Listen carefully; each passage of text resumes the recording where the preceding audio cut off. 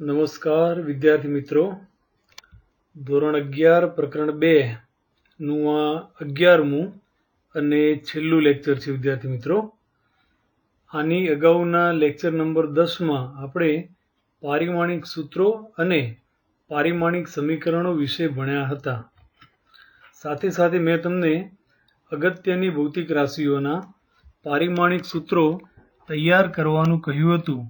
તો તમે બધાએ તૈયાર કરી લીધા હશે, કારણ કે આજનું લેક્ચર એવું છે કે જેમાં પારિમાણિક સૂત્રોનો આપણે ઉપયોગ કરવાના છીએ.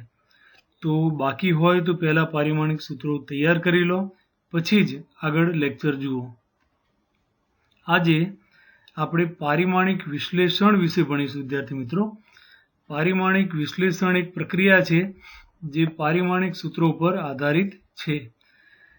ત્યારબાદ પારિમાણિક વિશ્લેષણના ઉપયોગો ક્યાં થાય છે તે જોઈશું.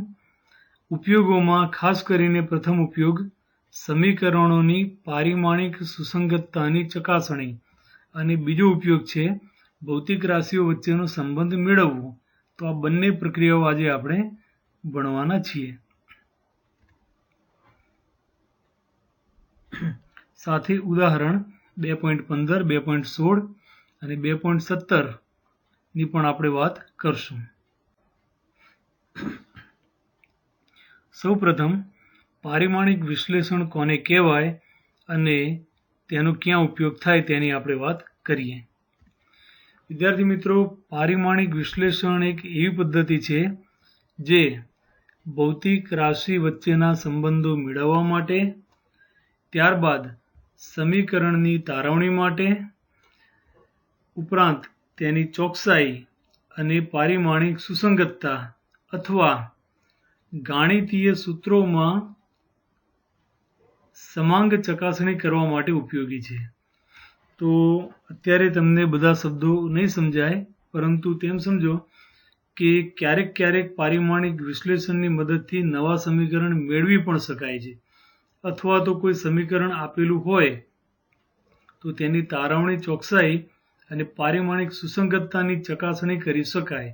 એટલે કે તે સમીકરણ અમુક રીતે બરાબર છે કે નહીં તે આપણે પારિમાણિક વિશ્લેષણની મદદથી નક્કી કરી શકીએ છીએ.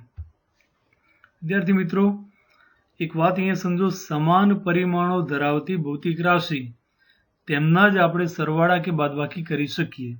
મતલબ એ કે બે ભૌતિક રાશિનો સરવાળો કરવો હોય તો તેમના પરિમાણ સમાન હોવા જોઈએ. તો ભૌતિક રાશિના મૂલ્યને એકબીજામાં ઉમેરવા હોય આપણે, તો એવું આપણે ત્યારે કરી શકીએ. ઉમેરવા હોય કે બાદ કરવા હોય, આ બંને પ્રક્રિયા ત્યારે જ કરી શકીએ જ્યારે તેમના પરિમાણ સમાન હોય. તો પરિમાણ સમાન હોય તો જ આપણે બે રાશિ એકબીજામાં ઉમેરી કે બાદ કરી શકીએ છીએ. આ સિદ્ધાંત બહુ સરળ સિદ્ધાંત છે. તેને પરિમાણનો સુસંગતતાનો સિદ્ધાંત તેવા નામથી ઓળખવામાં આવે છે. એક ઉદાહરણ આપું વિદ્યાર્થી મિત્રો. ધારો કે કોઈ એક સમયનું મૂલ્ય લઈ લઈએ આપણે. દાખલા તરીકે 5 મિનિટ એક સમયનું મૂલ્ય થયું, 5 મિનિટ. અને એક લંબાઈ લઈએ આપણે. ધારો કે 2 મીટર એક લંબાઈ આપણે ઉદાહરણ તરીકે લીધી. હવે હું તમને એમ કહું કે 5 મિનિટ વત્તા 2 મીટર એવો સરવાળો કરો તો જવાબ શું મળે? શું કરશો હવે? એક તો મિનિટ છે, સમય છે, અને બીજું અંતર છે. તો આ બંનેનો સરવાળો થઈ શકે નહીં. તમે મિનિટમાં મિનિટને ઉમેરી શકો અથવા મીટરમાં મીટરને ઉમેરી શકો. હું એમ કહું કે 5 મિનિટ વત્તા બીજી 2 મિનિટ તો જવાબ થાય 7 મિનિટ. પરંતુ 5 મિનિટ અને 2 મીટર એવો સરવાળો થઈ શકે નહીં. તો વિદ્યાર્થી મિત્રો, પારિમાણિક વિશ્લેષણનો પ્રથમ ઉપયોગ છે સમીકરણોની પારિમાણિક સુસંગતતાની ચકાસણી કરવી. તો સમજીએ આપણે આ કામ કેવી રીતે થાય. તેના માટે એક વાત જાણી લઈએ. હમણાં જ વાત કરી તે પ્રમાણે કોઈ પણ સમીકરણની બંને બાજુ બધા જ પદોના પરિમાણ સમાન હોવા જોઈએ. વિદ્યાર્થી મિત્રો, અહીંયા પદ કોને કહીશું આપણે? સમીકરણમાં આવતા પદ જે એકબીજાથી સરવાળા કે બાદબાકીથી જોડાયેલા હોય તેમને આપણે પદ કહીએ છીએ. તો બધા જ પદોના પરિમાણ સમાન હોવા જોઈએ તો જ તેમનો સરવાળો કે આપણે બાદબાકી કરી શક્યા હોઈએ. તો પારિમાણિક સુસંગતતાનો નિયમ થયો આ તો. એનો મતલબ એ થયો કે જો કોઈ સમીકરણના બધા જ પદોના પરિમાણો સમાન ન હોય તો તે સમીકરણ ખોટું કહેવાય. તો આ જ સિદ્ધાંત એટલે કે પારિમાણના સુસંગતતાના સિદ્ધાંતને આધારે જ આપણે સમીકરણોની સુસંગતતાની ચકાસણી કરવાના છીએ. એક ઉદાહરણ જોઈએ. એક સમીકરણ તમને આપેલું છે અહીંયા x બરાબર x0 plus v0t plus 1/2 at². પ્રથમ વાત તો એ મિત્રો કે કોઈ બી સમીકરણ તમને આપવામાં આવે તો તેના દરેક સંજ્ઞાનો અર્થ તમને ખબર હોવો જોઈએ. મોટે ભાગે પ્રશ્નોમાં તે આપેલું હશે. તો અહીંયા x એ અંતર થશે, x0 એ પ્રારંભિક સ્થાન બતાવે છે અહીંયા, v0 પ્રારંભિક વેગ છે, t સમય, સ્મોલ a એ પ્રવેગ થશે પદાર્થનો અને સ્મોલ t વળી પાછો સમય. તો આ સમીકરણ સુસંગત છે કે નહીં તે ચકાસવા માટે આપણે બધા જ પદ, અહીંયા પદને પણ સમજો. આ સમીકરણમાં ડાબી તરફ આ એક પદ થયું, જમણી તરફ આ એક, આ બીજું અને આ ત્રીજું, કુલ 3 પદ થયા વિદ્યાર્થી મિત્રો. તો જમણી તરફના 3, ડાબી તરફનું 1, એમ ચારેય પદોના પરિમાણિક સૂત્રો સમાન હોવા જોઈએ. આપણે ગણીએ એટલે ખબર પડશે. તો બધા જ પદ, જે મેં તમને કીધા કે 4 પદ, ચારે 4 પદના પારિમાણિક સૂત્રો અહીંયા દર્શાવેલા છે. ડાબી તરફ x નું પારિમાણિક સૂત્ર જોઈએ તો લંબાઈ હોવાથી l થશે. પછી જમણી તરફ x0 તે પણ લંબાઈ હોવાથી શરૂઆતનું સ્થાન બતાવે છે, પણ સ્થાન એક લંબાઈનું પોઝિશન જ છે તો તેનું પારિમાણિક સૂત્ર પણ l1 થશે અહીંયા. તે જ પ્રમાણે જમણી તરફ બીજું પદ છે v0t. v0 એટલે વેગ થયો, તેનું પારિમાણિક સૂત્ર l1t-1 અને સમય t નું પારિમાણિક સૂત્ર t. તો અહીંયા t ની +1 અને -1 બેનો સરવાળો કરીએ, આધાર સરખા તો ઘાતાંકનો સરવાળો, તો t ની 0 થઈ જશે એટલે બાકી વધે માત્ર l. ઓકે. અને ચોથું પદ છે 1/2 at². વિદ્યાર્થી મિત્રો એક વાત અહીંયા ધ્યાન રાખો, 1/2 એક નિશ્ચિત અંક છે, તેને પરિમાણ હોતા નથી. બીજું છે પ્રવેગ a, એનું પારિમાણિક સૂત્ર તમે તૈયાર કર્યું હશે બધાએ, l1t-2 થશે અને સમય t નું પારિમાણિક સૂત્ર t1 થાય, પણ તેનો વર્ગ કરીએ તો t2 લખાશે. અહીંયા પણ બે આધાર સરખા છે, t અને t ગુણાકારમાં હોવાથી તેમના ઘાતાંકનો સરવાળો કરીએ તો t ની 0 થાય, તો બાકી વધે માત્ર l. તો વિદ્યાર્થી મિત્રો અહીંયા નોંધો કે ડાબી તરફનું પ્રથમ પદ, જમણી તરફનું પ્રથમ પદ, બીજું પદ અને ત્રીજું પદ બધાના પરિમાણ l અને l એટલે કે એક સરખા મળે છે. તેથી આ સમીકરણ પારિમાણિક દ્રષ્ટિએ સાચું છે તેમ કહેવાય. બસ આ જ કરવાનું છે. જેટલા પદ આપેલા હોય એ બધા જ પદોના પરિમાણ સમાન હોવા જોઈએ. જો બધા પદોના પરિમાણ સમાન હશે તો જ આ સમીકરણ સાચું ગણાશે. જો એમ ન હોય તો તે ખોટું ગણાય. પારિમાણિક વિશ્લેષણની મદદથી સમીકરણની યથાર્થતા ચકાસી શકીએ આપણે વિદ્યાર્થી મિત્રો, પણ તેમાં કેટલીક મર્યાદાઓ રહેલી છે. આ બાબત અલગથી પ્રશ્ન સ્વરૂપે પૂછવી હોય તો પૂછી શકાય. પ્રથમ કે પારિમાણિક સુસંગતતા કોઈ પણ સમીકરણ સાચું જ છે તેની ગેરંટી એટલે કે બાંહેધરી આપતું નથી. એનો મતલબ એ થયો કે પરિમાણ રહિત રાશિઓ અથવા તો વિધેયો માટે તે અનિશ્ચિત હોઈ શકે છે. વિદ્યાર્થી મિત્રો, સમીકરણ સાચું જ છે તેની ગેરંટી નથી, પણ ખોટું જ છે તેની ગેરંટી ચોક્કસ આપી શકે છે. એટલે એનો મતલબ એ થયો કે બધા જ પદોના પરિમાણ સરખા ન હોય તો આપણે નિશ્ચિતપણે કહી શકીએ કે આપેલ સૂત્ર ખોટું છે. પણ જો બધા જ પરિમાણ સરખા થતા હોય તો પણ સમીકરણ સંપૂર્ણ સાચું છે તેવું આપણે કહી શકતા નથી. એનું કારણ એવું છે કે સમીકરણમાં આવતી પરિમાણ રહિત રાશિઓ અને પરિમાણ રહિત વિધેયો તેમની ચોક્કસ માહિતી પારિમાણિક વિશ્લેષણથી મળતી નથી, અને એટલા માટે આવી રાશિઓ અને વિધેયો માટે અનિશ્ચિતતા હોઈ શકે છે. એટલા માટે સાચા સમીકરણને આપણે ગેરંટીથી સાચું કહી શકતા નથી, માત્ર તેમ કહી શકીએ કે પારિમાણિક દ્રષ્ટિએ સાચું છે. ઉપરાંત વિશિષ્ટ વિધેયો જેવા કે ત્રિકોણમિતીય વિધેયો હોય, મતલબ cos થીટા, sin થીટા વગેરે, લઘુગણકીય એટલે કે log વાળા વિધેય આવતા હોય સૂત્રમાં, કે ચરઘાતાંકીય વિધેય હોય, મતલબ એ કે કોઈ ચલના ઘાતાંકમાં બીજો ચલ આવતો હોય, તો આવા વિધેયો પરિમાણ રહિત હોવા જોઈએ. જો તે ન હોય તો પારિમાણિક વિશ્લેષણ ઉપયોગી બનતું નથી. ઉપરાંત વિદ્યાર્થી મિત્રો, ચોક્કસ અંક, હમણાં અગાઉના ઉદાહરણમાં આપણે ભણ્યા હતા કે 1/2 એ પરિમાણ રહિત હતું. એ ઉપરાંત સમાન ભૌતિક રાશિનો ગુણોત્તર, ખૂણા, વક્રીભવન વગેરે આ બધી રાશિઓને પરિમાણ હોતા નથી. તો આવી જે રાશિઓ હોય કે જેમના પરિમાણ નથી, તો એવી રાશિઓ પારિમાણિક વિશ્લેષણની પ્રક્રિયામાં આવશે જ નહીં, અને તેથી આપણે તેના વિશે ચોક્કસ માહિતી મેળવી શકતા નથી. ઉદાહરણ 2.15 જોઈએ વિદ્યાર્થી મિત્રો. આપેલ સમીકરણ પારિમાણિક દ્રષ્ટિએ સાચું છે કે નહીં તે ચકાસો. 1/2 mv² બરાબર mgh, જ્યાં સ્મોલ m પદાર્થનું દળ, v તેનો વેગ, g ગુરુત્વ પ્રવેગ અને h ઊંચાઈ છે. તો કેવી રીતે ગણાય ચાલો જોઈએ. સૌ પ્રથમ ડાબી તરફના પરિમાણ જોઈએ આપણે. ડાબી તરફ 1/2 mv², એમાં 1/2 ચોક્કસ અંક હોવાથી તેને પરિમાણ હોતા નથી. સ્મોલ m એટલે કે દળ, તેનું પરિમાણ થશે m1, અથવા માત્ર m લખો તો પણ ચાલે. વેગ v, નું પારિમાણિક સૂત્ર L1t-1, પરંતુ તેની 2 ઘાત હોવાથી, v² હોવાથી અહીંયા થઈ જશે L2t-2. સાદરૂપ આપતા m1 L2t-2 તે પારિમાણિક સૂત્ર થયું ડાબી તરફનું. જમણી તરફ 3 રાશિઓ ગુણાકારમાં છે, પદ એક જ કહેવાય આને, તો m, g અને h.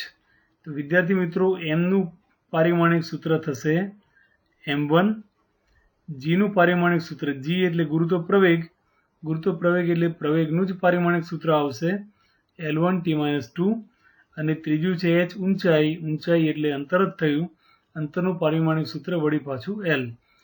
તો આ ત્રણેયના પારિમાણિક સૂત્રો થયા.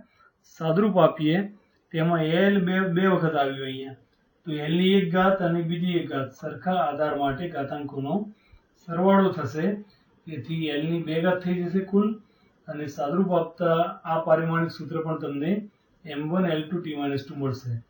તો વિદ્યાર્થી મિત્રો, ડાબી તરફનું પારિમાણિક સૂત્ર અને જમણી તરફનું પારિમાણિક સૂત્ર બે સમાન હોવાથી અહીંયા આપેલ સમીકરણ પારિમાણિક દ્રષ્ટિએ સાચું છે તેમ કહી શકાય.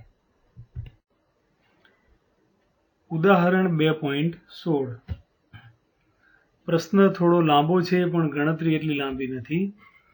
ઉર્જાનું SI એકમ, જે મતલબ કે જૂલ બરાબર કિલોગ્રામ × મીટર² લખી શકાય. તેવી જ રીતે વેગ v માટે મીટર/સેકન્ડ, પ્રવેગ મીટર/સેકન્ડ² આપેલા છે આપણને એકમો. નીચે આપેલ સૂત્રો પૈકી કયા સૂત્રો પારિમાણિક દ્રષ્ટિએ ગતિ ઉર્જા માટે તમે ખોટા ઠેરવશો? m એ પદાર્થનું દળ સૂચવે છે. તો વિદ્યાર્થી મિત્રો, આ પ્રશ્નમાં તમને વધારાની માહિતી આપેલી છે, તે છે 3 અગત્યની રાશિઓ, ઉર્જા, વેગ અને પ્રવેગ, તેના એકમ તમને આપી દીધા છે. તો એકમની મદદથી પારિમાણિક સૂત્ર બની જાય, ખરું ને? જેમ કે મીટર લંબાઈ માટે L1 અને સેકન્ડ એટલે સમય માટે t-1, તો L1t-1 વેગનું પારિમાણિક સૂત્ર થયું.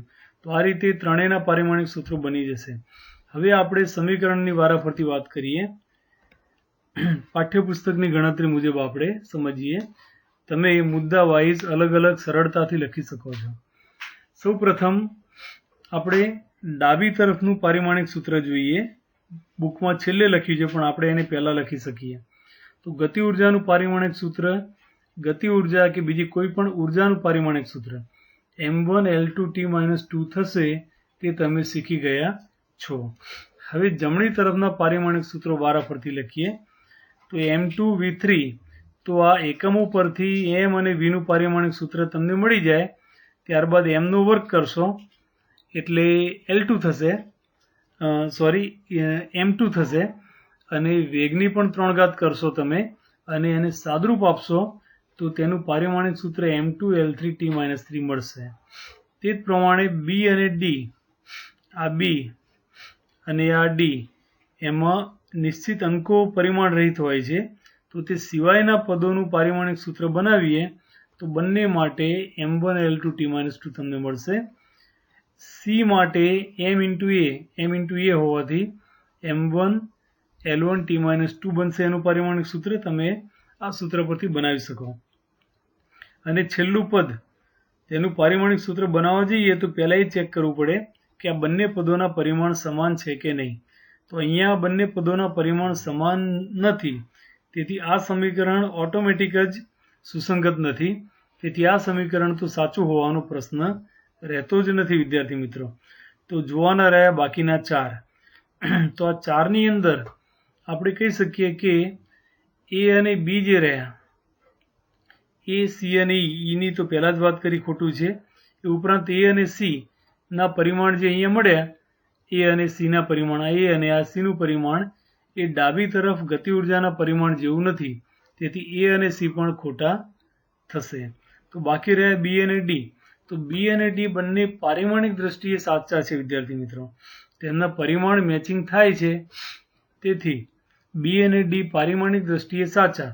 પરંતુ પુસ્તકમાં લખ્યું છે તેમ કે બેમાંથી ખરેખર સાચું સૂત્ર કયું તે આપણે નિશ્ચિતપણે કહી શકતા નથી, કારણ કે વિશિષ્ટ અંકો એટલે કે 1/2 અને 3/16 આ બંને પરિમાણ રહિત હોવાથી તેમના વિશે આપણે કોઈ માહિતી આપી શકતા નથી. તો પછી આના માટે પ્રાયોગિક પદ્ધતિની મદદ લઈ તમે સાબિત કરી શકો છો કે ગતિ ઉર્જાનું સાચું સૂત્ર વાસ્તવમાં B માં લખેલું એટલે કે K બરાબર 1/2 M×V² થશે. પરંતુ આ નિશ્ચિત સ્વરૂપ મેળવવા માટે તમારે પ્રાયોગિક પદ્ધતિ અથવા અન્ય પદ્ધતિ વાપરવી પડે. પારિમાણિક વિશ્લેષણનો બીજો ઉપયોગ છે વિદ્યાર્થી મિત્રો, ભૌતિક રાશિઓ વચ્ચે સંબંધ મેળવવો.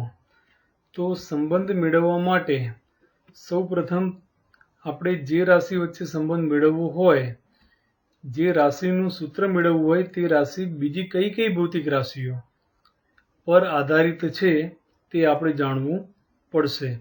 અહીંયા એક વાત બીજી નોંધો કે 3 ભૌતિક રાશિ પર આધારિત હોય ત્યાં સુધી જ આપણે આ પદ્ધતિનો ઉપયોગ કરી શકીએ છીએ.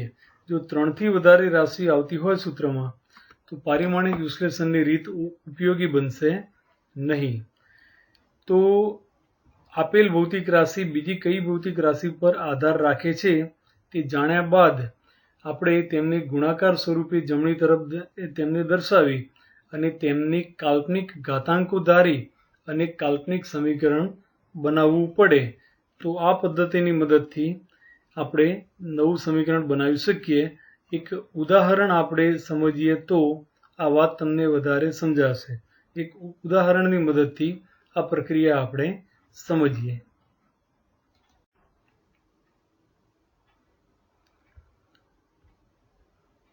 હવે ઉદાહરણ 2.17 જોઈએ. વિદ્યાર્થી મિત્રો, પારિમાણિક વિશ્લેષણના ઉપયોગોમાં આ બીજો અને મહત્વનો ઉપયોગ છે તે છે સમીકરણો મેળવવા અથવા તો સાબિત કરવા. ભૌતિક રાશિ વચ્ચે સંબંધ દર્શાવતું સૂત્ર આપણે મેળવી શકીએ છીએ. એક ઉદાહરણની મદદથી આપણે ભણીશું કે આ કાર્ય કેવી રીતે કરી શકાય. પ્રશ્નમાં લખેલું છે, તો એક સાદું લોલક વિચારો જેમાં ગોળાને એક દોરી સાથે બાંધેલું છે અને તે ગુરુત્વ બળની અસર હેઠળ દોલનો કરે છે. ધારો કે સાદા લોલકના દોલનોનો એનો આવર્તકાળ, તેની લંબાઈ L, ગોળાના દળ M, ગુરુત્વ પ્રવેગ G પર આધારિત હોય તો પરિમાણની રીતનો ઉપયોગ કરીને આવર્તકાળનું સૂત્ર મેળવો. તો આવો પ્રશ્ન અહીંયા આપણને આપેલો છે.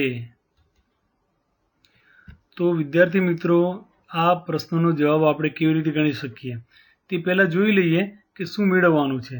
તો અહીંયા તમારે આવર્તકાળનું સૂત્ર મેળવવાનું છે અને આવર્તકાળ આ 3 બાબતો પર આધાર રાખે છે: લોલકની લંબાઈ, તેનું દળ અને ગુરુત્વ પ્રવેગ. તો આટલી માહિતી પરથી તમે એક કાલ્પનિક સૂત્ર બનાવી શકો. જેમ કે આવર્તકાળ ટી બરાબર તમે અહીંયા લખ્યું તેમ ટી બરાબર કે અચળાંક થશે અહીંયા કે ગુણ્યા એલની એક્સ ઘાત, જીની વાય ઘાત અને એમની ઝેડ ઘાત. ટીનું મૂલ્ય એલ, જી અને એમ પર આધાર રાખે છે, પરંતુ તેની ઘાતાંક કેટલી તે આપણે જાણતા નથી.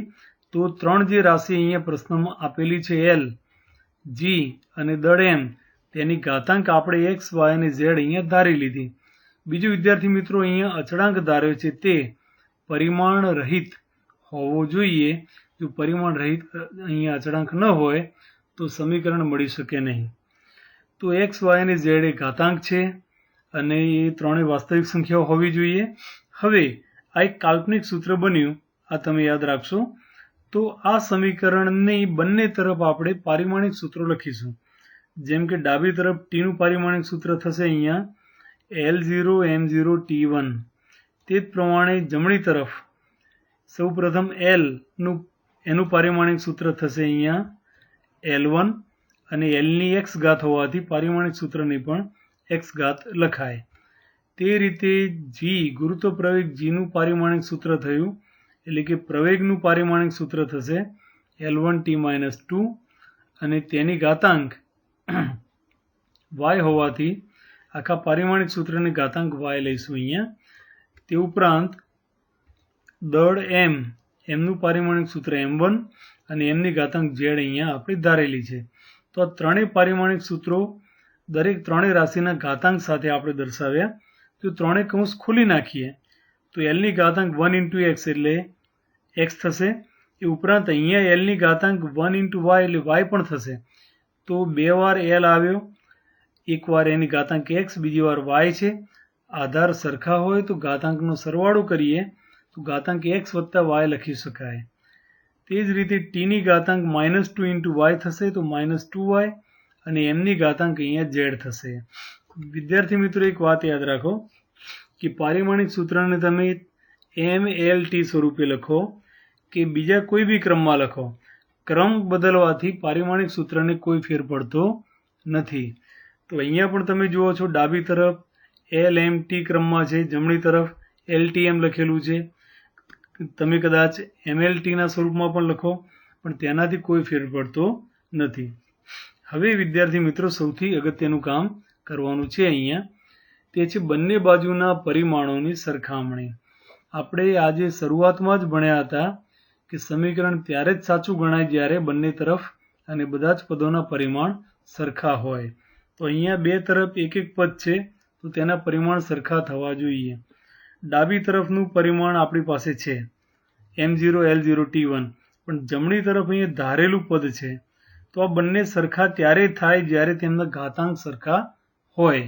તો અહીંયા તો આપણે સાચું છે કે ખોટું એવું નથી નક્કી કરવાનું, પણ સાચું સમીકરણ મેળવવાનું છે. તો વિદ્યાર્થી મિત્રો, સાચું સમીકરણ મેળવવા માટે આ ત્રણેયના ઘાતાંક બંને તરફ સરખા થવા જોઈશે. તો આપણે બંને તરફ સરખા આધારના ઘાતાંકની સરખામણી કરશું. એટલે કે બંને તરફ એલનો ઘાતાંક સરખાવીએ. ડાબી તરફ એલની ઘાતાંક x વત્તા y, જમણી તરફ એલની ઘાતાંક 0. તો બંનેને સરખાવતા એક સમીકરણ અહીંયા બનશે x + y = 0. તે જ રીતે એમના ઘાતાંક સરખાવીએ, એમનું ઘાતાંક z અને અહીંયા એમનું ઘાતાંક 0. તો બંનેને સરખાવતા આપણે લખી શકીએ z = 0.